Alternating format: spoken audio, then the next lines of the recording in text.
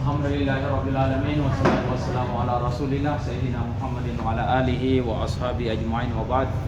Subhanaka rabbana la ilma lana illa ma 'allamtana innaka antal alimul hakim. Allahumma 'allimna minhu ma jahilna wa dzakkirna minhu ma nasina. Rabbi shrah lana sudurana wa yassir lana umurana wahlul 'uqdatam min lisani yafqahu qawlana amin ya rabbal alamin. Bapak Ibu Diyufur Rahman yang dimuliakan oleh Allah, alhamdulillah atas segala nikmat yang telah Allah berikan kepada kita sehingga sampai pada sore hari ini kita bisa menjalankan aktivitas kita di Madinatul Munawwarah ini, walaupun di akhir-akhir perjalanan kita di Madinah ini kita merasakan suatu suasana baru, yaitu dingin, yang mana dingin seperti ini barangkali tidak pernah kita rasakan sebelumnya. Ya, jadi makanya ini satu pengalaman baru. Selalu saya katakan bahwa semakin banyak sesuatu yang kita rasakan, yang kita lihat, kita dengar, rasa dan rabah, maka semakin banyak pengalaman yang bisa kita ceritakan untuk keluarga kita dan anak cucu kita kemudian, insyaallah. Amin ya rabbal alamin. Makanya jadikanlah ini suatu hikmah dan jadikan ini sebagai suatu berkah untuk kita semuanya. Begitu pula tak lupa kita mengirimkan salawat dan salam kepada junjungan Nabi besar kita Muhammad sallallahu alaihi wasallam, Nabi yang diutus ke dunia ini sebagai rahmatan lil alamin. Bapak Ibu yang dimuliakan oleh Allah Subhanahu wa taala, jadi manasik penangkapan yang akan kita lakukan pada sore hari ini yaitu hanya sekedar mengingatkan kepada yang telah menunaikan ibadah haji atau yang telah menunaikan ibadah umrah sebelumnya, dan juga sebagai informasi mungkin bagi yang baru melaksanakan ibadah umrah. Namun demikian, kami yakin dan percaya bahwa pada saat Bapak Ibu mendengarkan tentang manasik itu mungkin berbeda-beda penyampaian atau pengalaman, tergantung dari yang menyampaikannya. Nah, olehnya itu Nabi SAW bersabda, "Khuzu anni manasikakum." Ambillah dariku dari tata cara pelaksanaan umrah itu. Ya, karena umrah adalah ibadah mahdhah, ibadah yang telah dicontohkan oleh Nabi, maka kita harus semaksimal mungkin berusaha untuk melaksanakan sebagaimana yang telah dilakukan oleh Nabi Muhammad SAW. Itulah Bapak Ibu Diyufur Rahman yang dimuliakan oleh Allah Subhanahu wa taala, bahwa yang namanya umrah karena ini ibadah, maka dia di situ ada rukunnya, kemudian ada wajibnya, kemudian ada sunnah-sunnahnya, kemudian ada pula larangan-larangannya. Nah, makanya perlu kita perhatikan dan perlu kita betul-betul memahami tentang rukun, wajib, sunnah dan larangan-larangan tersebut. Karena ketika misalnya rukun, apa yang dimaksud dengan rukun? Rukun adalah sesuatu yang harus dilakukan dan tidak bisa digantikan dengan amalan yang lain. Artinya ketika rukun itu ada satu di antara rukun yang kita tinggalkan, maka umrah kita tidak sah. Nah, kemudian ada yang namanya wajib. Apa itu wajibnya umrah? Adalah amalan yang dilakukan ketika kita tinggalkan atau kita melanggar daripada apa yang diwajibkan tersebut, maka bisa atau umrah kita nanti saja diganti dengan amalan yang lain. Nah, jadi ada alternatif. Tapi kalau rukun ini tidak ada alternatif lainnya. Nah, kemudian ada sunnah-sunnahnya, kemudian ada larangan-larangannya. Jadi ketika kita berbicara masalah umrah, apa yang dimaksud dengan umrah ini juga yang perlu kita tahu, bahwa setiap yang akan kita lakukan supaya pekerjaan kita bisa terarah, harus kita mengetahui hakikat daripada pekerjaan kita tersebut.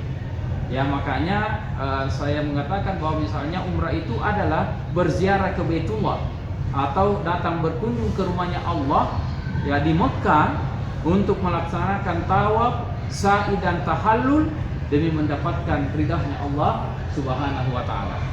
Nah, olehnya itu tawaf ini atau umrah ini, haji ini hanya satu tempatnya di dunia. Hanya di Mekah saja, di Masjidil Haram dekat Baitullah. Kalau ada orang mengatakan pergi umrah, pergi haji selain daripada tempat itu, bagaimanapun bagusnya modelnya dan lain-lain sebagainya, itu tetap tidak sah. Kenapa? Karena yang disyariatkan oleh Allah Subhanahu wa taala dalam ajaran agama kita, yang namanya umrah, yang namanya haji itu hanya di Baitullah. Nah, Bapak Ibu yang dimuliakan oleh Allah, apa rukunnya umrah? Yang pertama adalah niat. Ya. Kemudian yang rukun kedua adalah tawaf. Yang ketiga adalah sa'i. Yang keempat adalah tahallul, dan yang kelima adalah tartib. Ya. Sebagaimana saya definisikan tadi, bahwa yang namanya rukun itu adalah amalan yang harus kita kerjakan, tidak boleh diganti dengan amalan yang lain. Makanya ketika yang 5 ini kita tinggalkan, ada salah satu yang kita tidak kerjakan, maka umrah kita tidak bisa diganti dengan amalan yang lain. Dengan kata lain, kita hanya datang jalan-jalan di Mekah. Ya. Kita tidak mendapatkan pahala daripada pahala umrah. Kenapa? Karena kita tinggalkan tadi salah satu di antara rukunnya. Apa rukun yang pertama? Adalah niat. Rukun kedua adalah tawaf, mengelilingi Baitullah. Yang ketiga rukunnya adalah sa'i, jalan antara Safa dan Marwah. Kemudian yang keempat adalah tahallul, bercukur atau memotong rambut. Dan yang kelima adalah tartib. Apa maksudnya tartib? Tidak boleh ditukar-tukar sebagaimana yang sudah saya jelaskan. Dari yang pertama adalah niat, kemudian tawaf, kemudian sa'i, kemudian tahallul.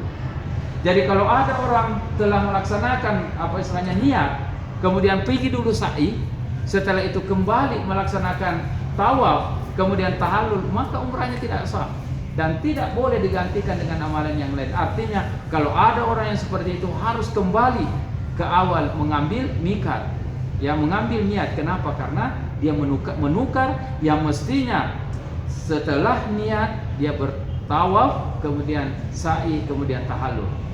Yang jelas bahwa itulah tertib yang harus kita lakukan. Makanya Bapak Ibu yang dimuliakan oleh Allah, umrah itu harus ada pembimbing. Ya, harus ada yang selalu mengawasi kita. Kenapa? Karena itulah tadi menjaga daripada rukun ini. Nah, kemudian amalan yang pertama yang kita lakukan ini adalah sunnahnya umrah. Apa sunnah pertama? Adalah mandi sunat. Ya, jadi boleh nakan iya. Enggak berarti rasa lantai 2 protokol lantai 2. Jadi mau masalah. Mak lagi awal naik. Oh, masuk ke dasarnya kau ya. Ya, paling pokok apa? Ya, jadi Bapak Ibu yang dimuliakan oleh Allah Subhanahu wa taala, jadi sunat, jadi besok ketika kita mandi sunat atau ketika mandi pertama atau nanti setelah salat subuh kita mandi, karena insya Allah kita berangkat ke Mekah itu setelah salat duhur. Jadi boleh kita waktu mandi pertama atau mungkin nanti setelah salat subuh sebelum turun salat duhur baru kita mandi sunat ihram. Niatnya saya mandi sunat ihram 2 rakaat karena Allah Ta'ala. Benar atau salah? Ada 2 rakaatnya. Nah, ada 2 rakaatnya. Karena pada mengantuk itu ada tom yang pakai, ya makanya supaya tidak terlalu serius gitu. Jadi saya niat mandi sunat ihram karena Allah Ta'ala. Kita basahin mulai daripada ujung kepala kita sampai ke kaki, ya. Nah, kemudian Bapak Ibu yang dimuliakan oleh Allah Subhanahu wa taala, itulah yang pertama yang kita lakukan. Nah, barang-barang Bapak Ibu, saya lihat itu, saya dengar informasi dari informan saya sudah ada yang penuh koper gitu. Ada tuh informan tuh. Ya, jadi bahwa yang sudah full covernya itu kasih anu memang nih. Kasih full memang, peki memang nih. Nah, jadi supaya nanti ketika di Mekah, apalagi yang suami istri, ya kasih penuh satu jangan ini dulu. Nanti kan ya bisa ditukar-tukar nanti ketika di Mekah. Atau kalau memang belum ini ya belanjanya istri, belanjanya suami masing-masing, ya terserah kita. Yang jelas kalau saya bagusnya dipacking satu supaya tidak dibuka-buka terus yang satu itu tadi. Nah, kemudian setelah itu pada saat akan pemberangkatan pagi setelah salat subuh atau setelah sarapan baru kita keluarkan di depan kamar kita masing-masing. Ya, koper itu dikeluarkan di depan kamar kita masing-masing. Kemudian kita turun salat nah, pada saat kita mau turun salat duhur, ya kita sudah berpakaian ihram. Laki-laki khususnya, ya sudah berpakaian ihram. Pakaian ihram itu adalah pakaian yang tidak berjahit ujungnya. Ya. Cara berpakaian ihram itu macam-macam, ya, macam-macam. Tapi yang biasa saya lakukan adalah seperti ini. Jadi ujungnya, ya, kita punya pakaian ihram ini kita luruskan, kemudian kita bawa ke sebelah kanan seperti ini. Ya. Nah, setelah itu kita apa istilahnya lipat seperti pakai sarung. Jangan terlalu ketat, jangan terlalu keras karena nanti susah kita bernapas. Ya, jadi kita anu saja biasa. Nah, kemudian kita usahakan tutup pusar kita. Ya, kenapa? Karena biasanya bagian atas itu melorot-lorot, tapi kalau bagian bawah, karena pada saat kita sholat, kalau tertutup bagian atas sampai di pusar ke bawah, ya, salat kita tidak batal. Kenapa? Karena yang namanya apa istilahnya aurat laki-laki itu adalah mulai pusat sampai ke lutut. Jadi di atas itu kemudian kita ikat dengan ikat pinggang biasa. Nah, kalau ada ikat pinggang pakaian ihram khusus pun boleh. Nah, kemudian setelah itu, ya, bagian atas. Jadi yang namanya pakaian ihram itu adalah dua helai pakaian yang tidak berjahit ujungnya. Ya, seperti ini. Nah, jadi Bapak Ibu yang dimuliakan oleh Allah Subhanahu wa taala,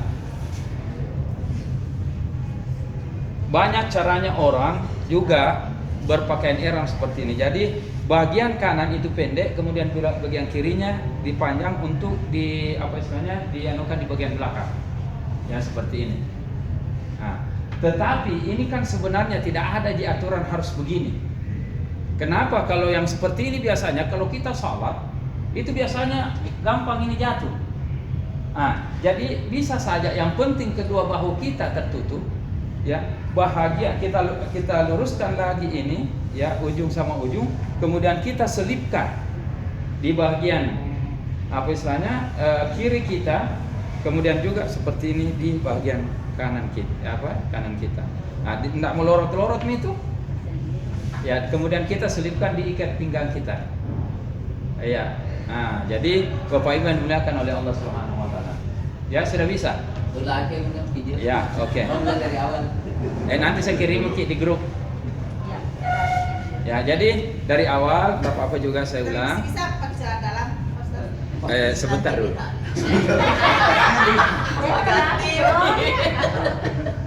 Ya. Jadi ya, ujungnya kita luruskan, ya, kita luruskan. Kemudian setelah itu kita bawa ke kanan. Oke. Kemudian setelah itu, ya, kita lipat 2 kali. Nah, kemudian kita gulung. Ya. Oke. Nah, kemudian yang kedua bagian atasnya, ya, bagian atasnya, ya, itu tadi banyak cara yang sering saya lakukan untuk aman pada saat kita sholat. Ya, kita selipkan di samping kiri kanan. Nah, dia nanti dapat. Mungkin lo tahu nampak Ustaz Sardi? Iya. Ya. Oke. Ya, ini kita selipkan di bagian kiri, kemudian yang bagian kiri kita selipkan di pinggang kanan. Ah, begini nih. Oke. Ada nyanyi di desa. Oke. Sudah tahu? Nah, jadi Bapak Ibu, dalam keadaan berpakaian ihram tidak ada pakaian selain daripada pakaian yang kita pakai. Ya, tidak ada celana dalam, tidak ada celana luar, baju dalam, ya, baju luar. Yang jelas cuma ini saja. Ya, yang dua helai. Nah, jadi kita sudah pekanjaki metoni ikatnya. Ya, siapa tahu melorot dia. Terbang burunya saya ditangkap di tanah. Ya, jadi Bapak Ibu yang dimuliakan oleh Allah. Oke, sudah. Nah, jadi dalam kondisi seperti inilah kita turun sholat. Ya, jadi sholat duhur. Nah, pada saat kita sholat duhur, sebagai catatan adalah jamak memami nanti sholat duhur dengan asarta. Ya, jamak takdim. Saya niat mengerjakan sholat duhur 4 rakaat jamak dengan asar, 4 rakaat mengikut. Ya, karena Allah Ta'ala, karena kita mengikuti jamaah. Ya, kita salat biasa, cuma niat kita berbeda. Ya, kalau orang yang salat biasa cuma salat duhur 4 rakaat, kalau kita salat duhur dijamak dengan asar. Ya, 4 rakaat mengikut karena Allah Ta'ala, salat biasa mungkin ikut sampai selesai. Setelah salam, di sini jangan mungkin salat jenazah. Langsung mungkin berdiri. Kalau berdekat-dekatan bisa kita berjamaah. Diupayakan berdekatan Pak Ustaz. Diupayakan. Artinya kalau memang bisa diupayakan. Bisa, Tapi bisa kalaupun kita kalaupun ada yang apa istilahnya yang terlepas, tidak ada masalah. Bisa salat sendiri. Nah, bagaimana caranya? Langsung berdiri kemudian qamat. Setelah qamat, niatnya saya niat mengerjakan salat asar jamak dengan duhur 2 rakaat. Bukannya 4, 2 kasrah karena kita mau jalan. Kita musafir. Nah, 2 rakaat karena Allah Ta'ala. Jadi saya niat mengerjakan salat asar jamak dengan duhur 2 rakaat karena Allah Ta'ala. Allahu Akbar. Oke, jadi 4-2. Oke, paham? Nah, Tapi Pak Ustaz, tidak bisa kan kita sholat di luar saja supaya kumpul gitu. di dalam saja karena tidak apa-apa di dalam. Nanti kita berdekat-dekatan kan, kalau sudah salam orang bubar nih.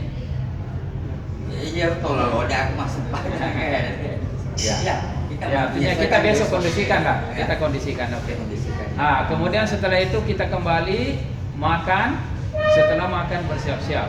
Jadi kalau memang ada yang apa istilahnya, yang masih ada barang-barangnya di kamar, ambil kemudian turun di lobi. Tapi kalau sudah tidak ada, langsunglah saja ke lobi. Dan nanti akan ada penyampaian bahwa misalnya karena sementara saya tunggu informasi dari bus.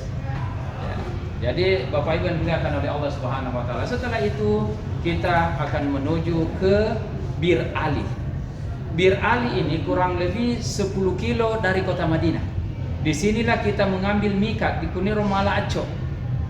Ya, berniat. Ya. Jadi nanti dalam perjalanan menuju ke sana insyaallah akan ada lagi, saya akan sampaikan mengulang-ulangi khususnya yang berkaitan dengan larangan-larangan umrah itu tadi. Jadi pada saat nanti ya sampai di Masjid Bir Ali atau Zulhulaifah, di sana kita masuk karena kita sudah salat asar, siapa tahu masuk asar ya kita tidak perlu mungkin salat asar karena sudah mungkin salat asar tadi di Madinah. Tinggal kita masuk 2 salat yang kita kerjakan. Apa itu? Salat sunat tahiyatul masjid dan salat sunat ikhram. Ya, 2 rakaat. Ya, niatnya saya niat mengerjakan salat sunat tahiyatul masjid 2 rakaat karena Allah Ta'ala. Ya, kemudian setelah itu salam, berdiri, kemudian saya niat mengerjakan salat sunat ihram 2 rakaat karena Allah Ta'ala. Nah, setelah salam kita istighfar, astagfirullah wa atubu ilaih, astagfirullah wa atubu ilaih, astagfirullah wa atubu ilaih. Nah, kita berniat. Saya niat melaksanakan umrah karena Allah Ta'ala, atau labbaik Allahumma umratan, atau nawaitul umrata wa akramtu biha lillahi ta'ala. Terserah mau ki bahasa Bugisnya, mau ki bahasa Indonesianya, mau ki bahasa Arabnya, atau bahasa kita. Yang jelas itu cuma lafadznya niat, karena hakikatnya niat itu adalah di dalam hati. Nah, setelah itu kita bertalbiyah. Kita baca labbaik Allahumma labbaik, labbaik la syarika laka labbaik, innal hamda wan ni'mata laka wal mulk la syarika lak. Ayo kita bersama-sama. Setelah saya mengucapkan dan berhenti, baru kita ikut. Ya, labbaik Allahumma labbaik, labbaik Allahumma labbaik, labbaik la syarika laka labbaik, labbaik la syarika labbaik, innal hamda wan ni'mata laka wal mulk la syarika lak, labbaik Allahumma labbaik, labbaik la syarika laka labbaik, innal hamda wan ni'mata laka wal mulk la syarika lak. Setelah itu kita tinggalkan tempat duduk kita, menuju kembali ke bus. Ya, kembali ke bus. Dan pada saat nanti di bus saya akan ingatkan lagi doa, siapa tahu ada yang lupa, ada yang lalai, ada lain sebagainya. Yang jelas insya Allah saya akan selalu mengingatkan. Nah, pada saat kita sudah berpakaian ihram dan sudah berniat, ibarat Bapak Ibu yang dimuliakan oleh Allah, mau kita datang menghadap kepada seorang pejabat. Jadi kita di ruangan tunggu, pejabatnya di dalam ruangannya, kita mengonfirmasi bahwa sekarang ini saya sudah menuju ke ruangan tamu. Dengan demikian, yang akan bertamu yang akan datang dan pejabat yang akan didatangi pasti masing-masing sudah mempersiapkan diri. Ya, masing-masing mempersiapkan diri. Nah, disitulah Bapak Ibu yang dimuliakan oleh Allah, pada saat kita mempersiapkan diri, jangan ada kata-kata dunia yang keluar, apalagi gosip, cerita-cerita yang tidak ada manfaat. Ya, perbanyak baca zikir. Kalau memang dari sekarang beli tasbih tangan, ya, beli, sudah punya tasbih tangan semua. Kalau saya katakan sudah ada mie gencung dengan cilanya sudah dibeli, ada. Kenapa tasbih tangan belum? Nah, tujuan kita di sini mau pergi beribadah dan berzikir kepada Allah. Khususnya besok ini, khususnya pada saat kita menuju ke Baitullah. Jangan ada lagi kata-kata, karena kita sudah mengatakan labbaik Allahumma labbaik. Ya Allah, aku memenuhi panggilanmu. Nah, pasti bertanya, kapankah kita dipanggil? Pada saat Nabi Ibrahim telah membangun, jadi fondasi sudah ada, kemudian dibangun bangunan di atasnya seperti yang kita saksikan itu, yang dikasih kiswah ke lambu yang ada batu di dalamnya, termasuk hijr Ismail. Allah berfirman, wa azzin bin nas bil hajj. Wahai Ibrahim, panggillah, ajaklah orang untuk pergi melaksanakan ibadah haji. Ya'tuka rijalan wa ala kulli damirin yatina min kulli fajjin amik, maka mereka akan berdatangan dari penjuru dunia. Nah, termasuklah kita. Nah, inilah wa'azzin bin nas. Setelah Nabi Ibrahim mengajak kita, maka kita datang dengan mengucapkan labbaik Allahumma labbaik. Ya Allah, aku memenuhi panggilanmu. Nah, olehnya itu pada saat kita sudah menghadap kepada Allah, tidak ada lagi kata-kata dunia. Kita cuma bertasbih, bertahmid, bertahlil, ya. Setelah itu kita mengaji, kalaupun tidak kita diam, kalaupun berbicara dengan tetangga tidak apa-apa, tetapi jangan terlalu kelewatan berbicara, apalagi ketawa terbahak. Kita konsentrasikan pikiran kita, hati kita hanya kepada Allah. Dan pada saat kita membaca talbiyah, Bapak Ibu yang dimuliakan oleh Allah Subhanahu wa taala, semakin banyak talbiyah kita yang kita baca, maka Allah mengatakan, wahai malaikatku, siapkan pulpen dan kertasmu. Itu tamu-tamuku datang dari sana, dari Makassar bersama dengan PT Nutras, jangan ada satupun dari permintaan yang kamu tidak catat, karena kamu akan mempermalukan saya. Makanya Bapak Ibu yang dimuliakan oleh Allah Subhanahu wa taala, disitulah malaikat akan melihat kita. Oh, di sana mak cerita, oh di sana mak gosip. Nah, sudah menuju kepada Baitullah, rumahnya Allah Subhanahu wa taala. Makanya perbanyak, lebih baik diam, membaca talbiyah labbaik Allahumma labbaik, mengaji tasbih subhanallah alhamdulillah Allahu akbar la ilaha illallah, membaca salawat Allahumma shalli ala Muhammad, membaca haukala la haula. Itu yang kita baca. Kalaupun tidak, tidur. Lebih baik tidur. Ya, kalau ada mak gosip, siapkan antimu. Ya, Bapak Ibu yang dimuliakan oleh Allah Subhanahu wa taala. Nah, inilah yang harus kita persiapkan. Di sinilah inti perjalanan kita. Mulai setelah kita meninggalkan Sulh Khalifah, setelah kita mengucapkan saya berniat melaksanakan umrah karena Allah Subhanahu wa taala, maka pada saat itu Allah Subhanahu wa taala sudah menantikan kita di rumah. Bapak Ibu yang dimuliakan oleh Allah Subhanahu wa taala, perjalanan. Nah, jadi tadi sudah ada apa istilahnya rukunnya. Nah, setelah ada rukun pasti ada wajibnya. Apa wajibnya? Yang pertama, ada khusus wajib untuk, yaitu amalan yang harus dikerjakan, yang tidak yang bisa diganti dengan amalan yang lain. Ya, nah, wajib ini ada khusus untuk laki-laki, ada khusus untuk perempuan, dan ada umum untuk laki-laki dan perempuan. Nah, apa yang khusus untuk laki-laki? Wajibnya adalah berpakaian ihram ini. Ya, berpakaian ihram ini. Kemudian yang kedua, tidak boleh menutup kepala yang rapat di kepala. Pakai songkok tidak boleh, pakai payung boleh.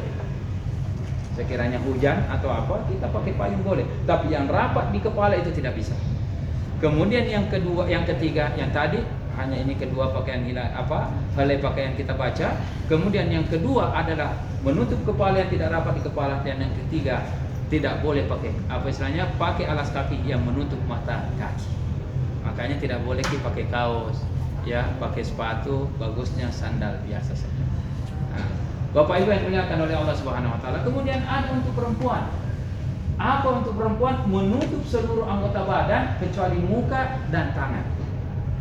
Manakah tangan itu? Termasuk punggung tangan dan telapak tangan dan punggung tangan. Itu boleh kelihatan. Makanya saya pernah anjurkan, belilah mansik banyak-banyak mansik tangan. Ya, karena kalaupun pakai baju dengan panjang, kalau takbir kan dia melorot. Tapi kalau mansik tidak melorot. Kenapa? Karena dia karet. Nah, jadi tidak perlu ditutup punggung tangan ini. Ya, tidak boleh menutup wajah. Ya, pakai masker nih, apalagi pakai kacamata hitam lagi. Nah, tak tutup mana nih jet ya, tidak bisa. Nah, kalau berbicara masalah kesehatan, insya Allah kita ini najamin ke Tuhan karena kita mendatang ke rumahnya, dan insya Allah tidak akan terjadi. Karena selama ini setelah COVID tidak ada yang kena itu dan lain sebagainya. Bapak Ibu yang dimuliakan oleh Allah. Jadi itu larangan laki-laki, itu larangan untuk perempuan. Nah, kemudian larangan keduanya, yang pertama tidak boleh pakai wangi-wangian. Jadi misalnya dalam perjalanan kita menuju menuju ke Zulkhalifah atau Bir Ali, wudu kita batal. Kemudian kita mau ambil wudu, ya biasanya perempuan kan tidak mau selalu mau mak gencun dan lain-lain sebagainya. Apalagi kalau datang di Bos Ali, beli gencunnya dan bedanya, wah itu memima gencunnya. Jangan gitu. Ya, Tuhan mau melihat kita dalam keadaan natural, ya, dalam keadaan tabiat seperti kita. Ya, kondisi kita tidak boleh. Kenapa saya katakan bedak? Karena bedak pada umumnya bedak perempuan itu kan sudah bercampur dengan parfum. Makanya setelah itu berniat kita tidak boleh. Nah, kemudian tidak boleh memotong dan mencabut rambut dan bulu-bulu yang ada di dalam diri kita. Karena ini adalah kewajiban. Ketika itu kita lakukan pelanggaran, maka hukumannya atau gantinya adalah yang pertama, berpuasa satu pelanggaran, berpuasa 3 hari di tanah suci, disempurnakan nanti dengan 7 hari ketika kita kembali ke tempat kita. Artinya 10 hari puasa. Nah, kalau kita tidak bisa itu, maka kita menyembelih 1 ekor kambing. Nah, jadi makanya berhati-hati kita. Nah, jadi Bapak Ibu menggunakan oleh tidak boleh mencabut. Kalau jatuh dengan sendirinya itu tidak ada masalah. Tetapi kalau disengaja, inilah yang disengaja. Itu berapa kau cabut, sebegitu pula kambing kau harus sembunyi nanti. 10 kau cabut bulu janggut, muka 10 kambing harus ke dendanya. Iya. Kemudian Bapak Ibu yang dimuliakan oleh Allah, ya, kecuali kalau memang jatuh dengan sendirinya atau dengan kata lain rontok. Kemudian tidak boleh memotong kuku. Tapi alhamdulillah tidak ada juga yang pecah-pecah kukunya, ya. Kalau biasanya kita dari Indonesia datang ke sini, apalagi dalam musim dingin, biasanya itu kuku pecah-pecah. Nah, biasanya itu kalau ada begitu kan kita mau potong, jangan. Kalau sudah kita berniat tidak boleh, biarkan begitu. Karena kalau kita potong itu, maka 1 ekor kambing. Ya, makanya kita harus berhati-hati. Jadi yang panjang-panjang kukunya, potong memang sebentar. Ya, jadi Bapak Ibu yang dimuliakan oleh Allah. Kemudian tidak boleh bertengkar, tidak boleh berkata-kata kotor, ya, tidak boleh berkata-kata kefasikan, ya, karena di sini uji mental.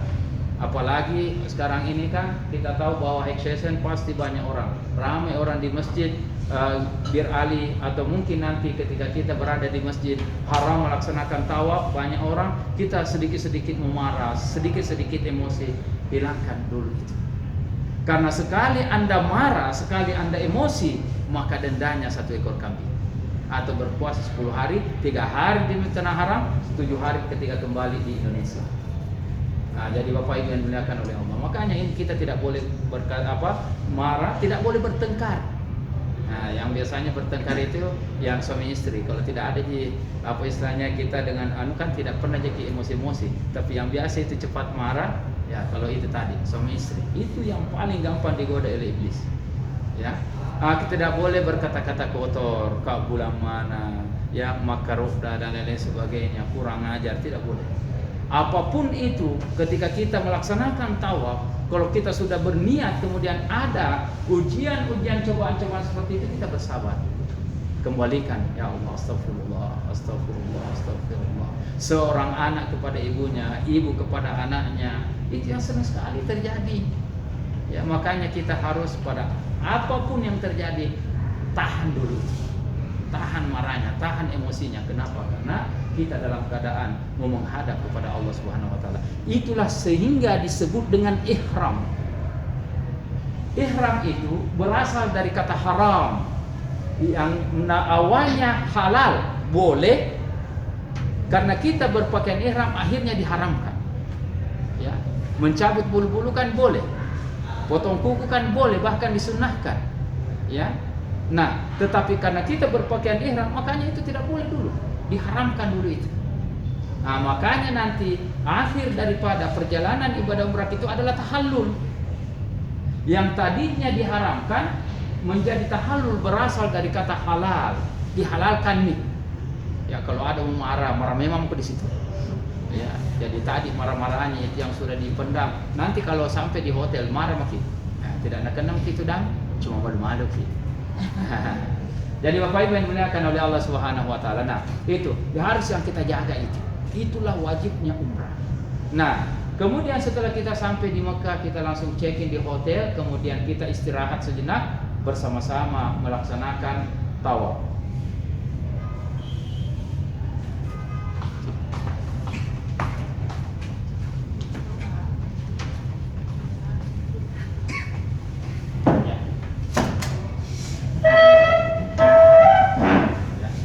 Apa yang dimaksud dengan tawaf? Ya, tawaf itu adalah mengelilingi Baitullah sebanyak 7 kali, dimulai dari Hajar Aswad, kembali ke Hajar Aswad dalam keadaan suci dan posisi Ka'bah di sebelah kiri. Ya, jadi yang namanya tawaf mengelilingi Baitullah 7 kali, dimulai dari Hajar Aswad, kembali kepada Hajar Aswad dalam keadaan suci dan posisi Ka'bah di Baitullah, sebelah kiri.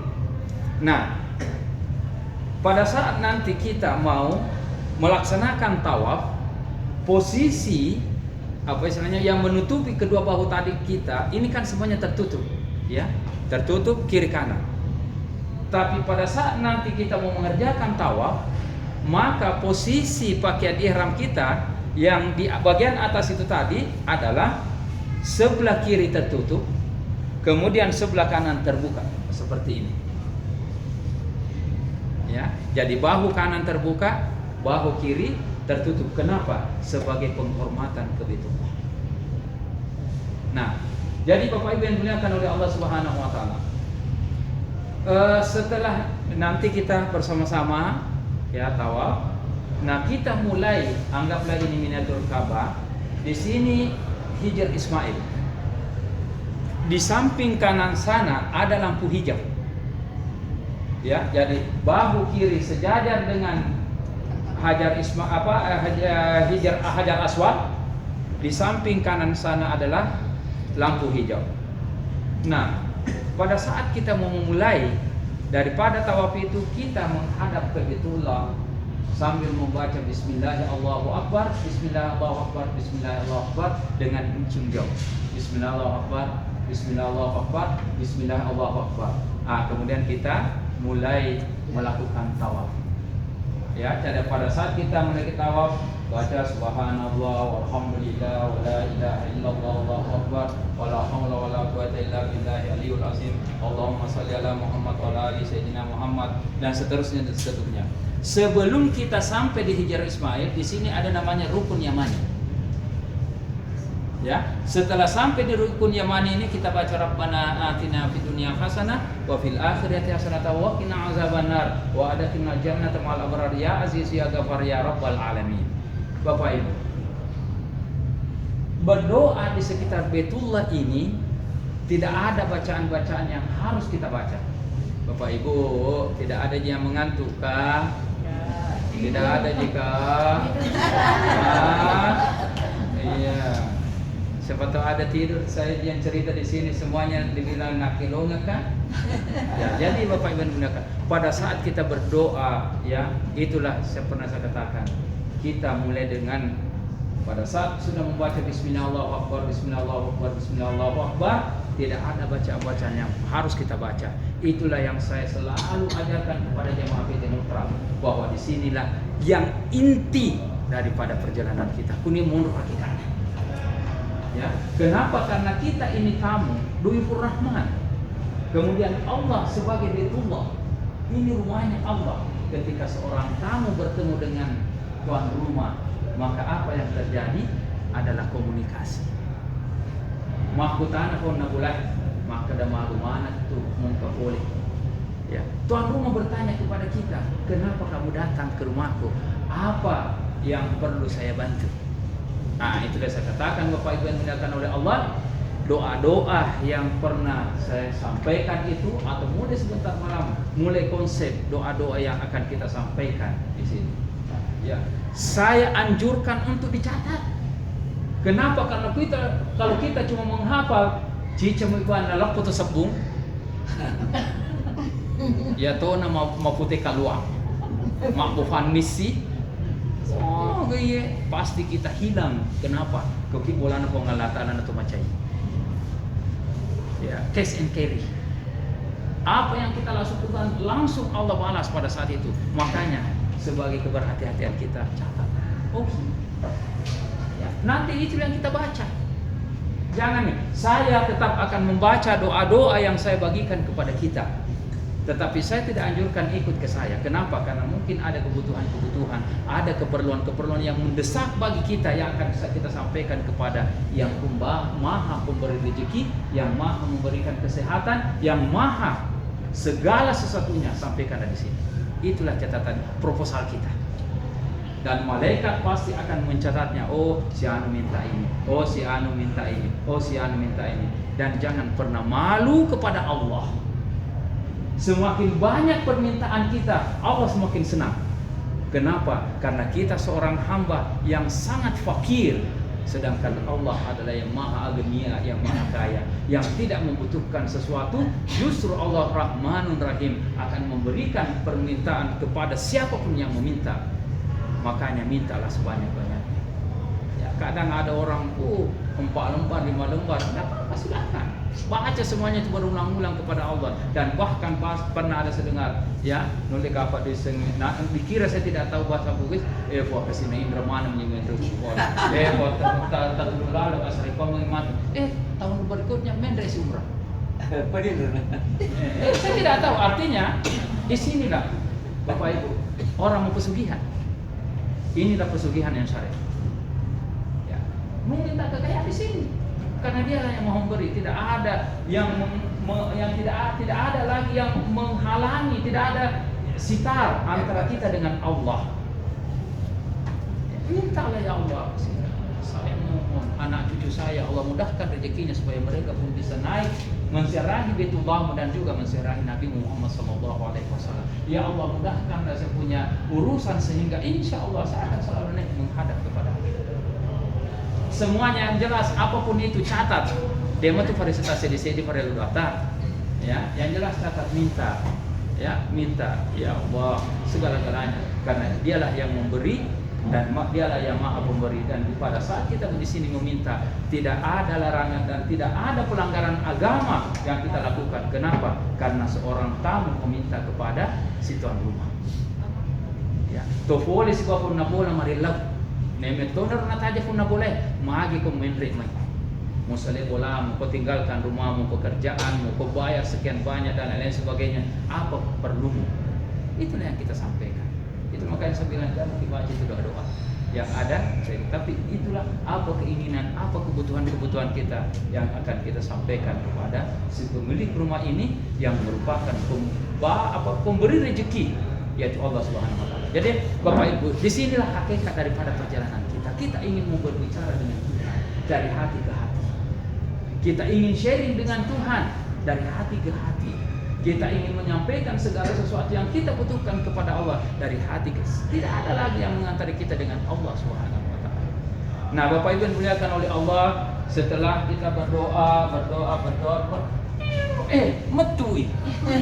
Ya kan tuh. Jadi Bapak Ibu, pada saat kita tawaf, ya, biar dijelek muka yang penting tetap halal ke sini tuh cuy. Nah, masalahnya ketika ada yang terjadi seperti itu adalah siapa yang mau antar kita pergi berwudu? Imran. Ya toh? Kalau ada yang mau berbaik hati, bagaimana nanti? Masa kita mau tinggalkan rombongan kita?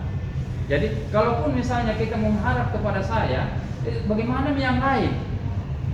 Nah, itu makanya saya bilang, tahan itu aja lalu kesini ciliaki. Apalagi nareko mau pengantin Tommy.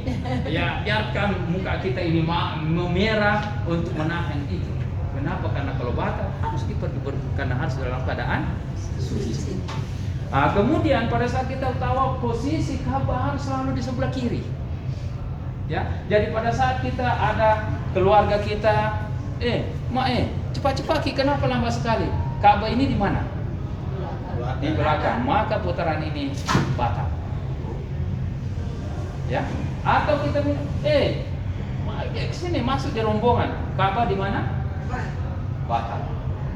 Jadi kalau kita makanya pada saat kita memanggil, tidak apa-apa badan kita putar tapi kaki tidak. Jadi putar kaki gimana? Ya, kiri yang penting ini bukan begini. Karena kalau begini berarti kita membelakangi. Begini kita menghadap. Makanya kalau mau panggil cepat-cepat sambil kita jalan. Nah, Bapak Ibu dan Ibu, itulah makanya selalu saya katakan pada saat kita melaksanakan tawaf itu baku pegang-pegang ki. Saya juga minta jangan segan-segan untuk minta tolong. Saya itu kadang talimu maupun macet mundriku, mungkin ada yang pegang di tas, ada yang pegang di ujung sini, saya bilang mesemu tuh bapakku. Karena kalau ini longgar, ini man rasa. Saya bilang pegang. Dan pada saat itu tidak membatalkan wudu. Ya, bersentuhan laki-laki dengan perempuan pada saat itu karena dalam keadaan darurat seperti itu tidak masalah. Makanya saya minta tolong laki-laki yang muda-muda itu, kalau ada yang mau pegang-pegang ibu-ibu apa-apa saya kira bisalah ditolong. Ya bisa ditolong. Tapi malah dulu dia Bapak Haji. Boleh. Nah, makanya kan wala porokan nih maku kere kita jadi baja, ku tapon ka maka cedena tuh aman negara. Nah, ya jadi pada saat itu kenapa? Karena pada saat ada yang terputus itu susahnya nanti siapa coba nih gare kita bayangkan ribuan orang, puluhan ribu orang kita mau dicari Ci. Ya, satu orang yang tercecer bagaimana? Tetapi kalaupun ada yang seperti itu, ada lampu hijau.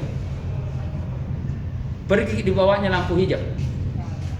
Nah, nanti kita cari di situ. Nah, tetapi kalau tidak, ini menjadi masalah. Apalagi orang tua kita, apa istilahnya, pegang kepada yang muda-muda. Nah, setelah selesai dari putaran pertama, kedua, ketiga kita agak mendekat-dekat dari Baitullah. Ya saya akan melihat di mana agak longgar itu yang saya akan ikuti. Tapi semaksimal saya berusaha agar itu mobil rada dulu. Kecuali nanti di putaran terakhir, kita sudah mulai nih agak keluar menuju ke lampu hijau. Kenapa? Karena di lampu hijau sanalah arahnya orang untuk melaksanakan sa'i. Namun sebelum kita melakukan sa'i, ya kita berombongan, saya kontrol ini sudah datang semua. Kita cari tempat di mana kita bisa salat sunat ihram. Jadi ada lagi namanya salat sunat ba'da tawaf. Ya, niatnya saya niat salat sunat tawaf 2 rakaat karena Allah Ta'ala. Waktu masuk pada sunat tawaf 2 rakaat karena Allah Ta'ala. Kemudian setelah itu berdoa mungkin.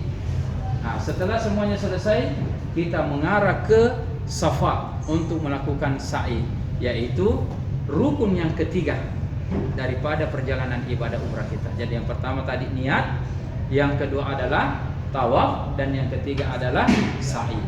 Nah, sa'i itu antara Safa dan Marwah. Jadi kita mulainya di Safa, berakhir nanti di Marwah. Jadi berjalan kita dari Safa ke Marwah 1, Marwah ke Safa 2, 3, 4, 5, 6, 7. Jadi dimulai di Safa, berakhir di Marwah. Nah, dan insya Allah nanti kita jalan bersama-sama, kita barengan ya bersama-sama ya untuk melaksanakan sa'i ini. Ya, sambil berdoa. Nah, pada saat sa'i ya itu saya anjurkan masih dalam keadaan bersuci. Nah, kemudian ini tadi setelah kita melakukan tawaf ya, kita sa'i, kita tutup kembali kedua bahu kita. Ya, dalam keadaan seperti ini. Nah, jadi di situ saya katakan tadi, saya anjurkan artinya ketika memang tadi ada yang tidak bisa tahan, memang mau kentut dan lain sebagainya, silakan kentut. Bisa jih orang melaksanakan sa'i dalam keadaan tidak suci. Ya, yang penting kita itu tadi jalan antara Safa Marwah, Safa Marwah, Safa dan Marwah. Ah, kemudian setelah itu berakhir di Marwah tahallul. Apa itu tahallul? Memotong rambut. Ya, jadi semakin banyak rambut yang kita potong, maka semakin banyak pahala yang kita dapatkan dan semakin banyak dosa-dosa yang Allah ampuni ya daripada dosa-dosa kita. Nah, makanya biasanya ketika kita nanti mau kembali, saya anjurkan ke jemaah laki-laki mahbotak. Saya tidak pernah, saya itu selalu mahbotak karena sudah terbiasa nih. Belum pi panjang, datang umrah lagi dibotak lagi. Jadi rambut saya mungkin itulah yang selalu panggil juga saya di sini. Ya. Jadi yang kemofi gamu aku monrepkan selesai kemudian udah nikah. Jadi Bapak Ibu yang dimuliakan oleh Allah Subhanahu wa taala. Itulah ya, kemudian setelah tahallul kita istirahat kembali ke hotel. Bapak Ibu, setelah inilah umrah pertama yang telah kita lakukan. Nah, amalan apa yang afdal kita lakukan ketika kita berada di Mekah, khususnya di Masjidil Haram? Jadi yang pertama, memperbanyak melaksanakan sholat, karena satu salat pahalanya di sana 100.000. Kalau di sini cuma 1.000. Di tempat kita 27. Itu pun kalau berjamaah. Kalau di Masjidil Haram itu 100.000 pahalanya satu salat yang kita lakukan. Makanya salat-salat yang biasa kita lakukan di sini pun kita tetap lakukan nanti di sana. Kemudian yang kedua, perbanyak membaca la ilaha illallah, la ilaha illallah, la ilaha illallah. Kenapa? Karena Nabi SAW mengatakan afdalu zikri fa'lam annahu la ilaha illallah. Sebaik-baik zikir itu ketahuilah dengan membaca la ilaha illallah, karena kita berada di rumahnya Allah. Kalau kita di sini berada di kampungnya, di rumahnya Nabi, makanya memperbanyak membaca salawat. Ketika kita di rumahnya Allah, perbanyaklah membaca kalimat la ilaha illallah, tasbih. Makanya itu tasbih tangan jangan pernah lepas. Ya, kalau baca terus la ilaha illallah. Nah, kemudian yang lain adalah tatap Baitullah. Jadi disebutkan dalam satu riwayat bahwa berkahnya Allah turunkan di Masjidil Haram itu 120. 60 kepada orang yang melakukan tawaf. Apakah itu tawaf umrah atau tawaf sunnah? Yang kedua adalah 40 bagi orang yang melakukan salat. Dan yang ketiga 20 berkah yang diberikan kepada orang yang menatap Baitullah. Nah, jadi makanya pada saat kita sholat kan, kalau kita di tempat kita di sini, kita yang kita lihat tempat sujud kita. Nah, kalau kita sholat di Masjidil Haram, maka tataplah Baitullah, tanamlah Baitullah itu di dalam benak kita sedalam-dalamnya, di dalam alam bawah sadar kita, sehingga kapan dan dimanapun kita sholat selalu ada Baitullah. Ya. Kalau kita mencintai Baitullah, maka Baitullah pun akan mencintai kita. Ketika kita saling menyinta, maka kita akan saling merindu. Pada saat kita merindu, kita merindukan Baitullah, maka insya Allah Baitullah akan minta kepada kita agar dimudahkan rezeki kita untuk datang ke sana. Ya, makanya ya selalu cari posisi. Nah, cuma yang menjadi masalah sekarang, yang menjadi masalah sekarang, laki-laki kalau masuk di Masjidil Haram di pelataran itu harus berpakaian ihram. Perempuan tidak. Nah, cuma masalahnya cari tempat. Nah, jadi nanti kalau berombongan mau turun ke Masjidil Haram, ya cari tempat yang aman. Tempatnya memang perempuan. Karena memang di Masjidil Haram itu sudah ada kandang-kandang khusus untuk perempuan, ada khusus untuk laki-laki. Perempuan jangan pernah sama sekali bercampur dengan laki-laki, pasti akan diusir. Nah, tapi laki-laki ya kita kalau mau masuk di pelataran harus berpakaian ihram. Kalau tidak berarti di luar pelatarannya kita naik di lantai 2. Begitu caranya. Itu pun di lantai 2 kadang kita dikejar, kamu cari tempat. Yang jelas bermainlah bagaimana caranya kita bisa mendapatkan tempat yang tidak diusir dan posisi kita bisa langsung melihat Baitullah. Walaupun itu hanya copok-copok Nabi Baitullah. Ya, karena itu tadi yang kita ingin kejar, bagaimana Baitullah itu kita selalu tanamkan di dalam benak kita, di dalam alam bawah sadar. Karena ada berkahnya itu tadi 20. Jadi kalau kita sholat kemudian kita lihat Baitullah, kita mendapatkan 60 berkah ya, yang Allah Subhanahu wa taala turunkan di Masjidil Haram nanti. Bapak Ibu yang dimuliakan oleh Allah, kondisi di masjid di Mekah dengan Madinah itu di sini kita adem, tenang. Kalau kita di Mekah di luar bulan Desember ini atau di kapanpun memang kondisinya seperti itu. Ya, mungkin karena di sana banyak berkahnya sehingga banyak pula cobaannya, banyak tekanan-tekanannya. Kita selalu seakan-akan terkejar oleh waktu. Ya, karena kalau kita di sini kita kan cuma mau turunnya ke istilahnya melaksanakan salat wajib. Tapi di Mekah kita mau tawaf, kita mau istilahnya umrah, kita banyak yang menyebabkan sehingga itu kadang kita dan di sana itu kita kadang biasa capek.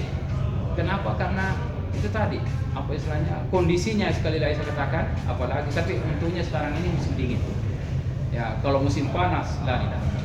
Nah, jadi Bapak Ibu yang dimuliakan oleh Allah, makanya inilah yang perlu saya sampaikan supaya mental kita siap menghadapi bagaimana kondisi nanti di Mekah. Ya, pasti akan berbeda kalau di sini kan kita tenang. Nah, Bapak Ibu yang dimuliakan oleh Allah Subhanahu wa taala, olehnya itu perbanyaklah di Masjidil Haram.